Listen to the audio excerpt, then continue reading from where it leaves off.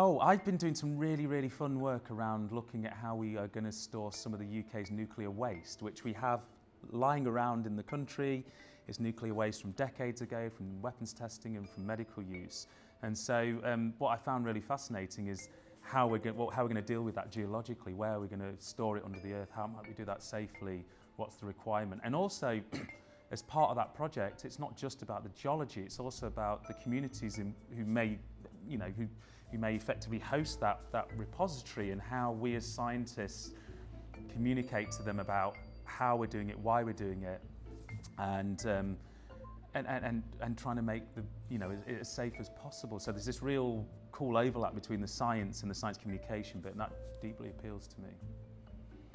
I think one of the most interesting things that are happening in our work is that we are finally getting more and more to understand biomolecules at a single level and being able to kind of tease out the quantum in these molecules.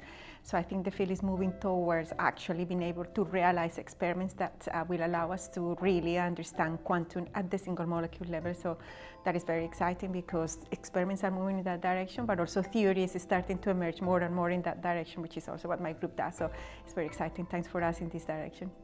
So my background is in mathematical physics, but I've now switched almost 100% to AI mathematics, which I'm going to talk about later. Can AI help us generate mathematics? And so there have been several papers.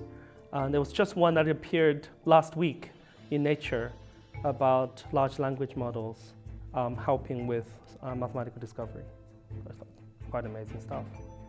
So I now work for a funder in mental health research, and there's so much really exciting mental health research going on at the moment. I think one of the most exciting things is there seems to be lots of new treatments for different mental health disorders being discovered, being investigated, which is a real breakthrough because it's been years or even decades since we've last had kind of real exciting new potential medications and treatments. So I think that's really hopeful.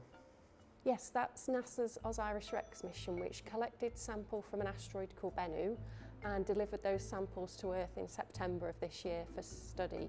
And I'm part of the sample analysis team for that mission, so I will be lucky enough to analyse some of those samples. So underneath Pembroke Castle, this wonderful castle where Henry Tudor was born, there's a fantastic big cave and it's under excavation. I visited it and it's got remains going back at least 40,000 years and probably even deeper. And it's a new excavation, very exciting. I think great things are going to come from there.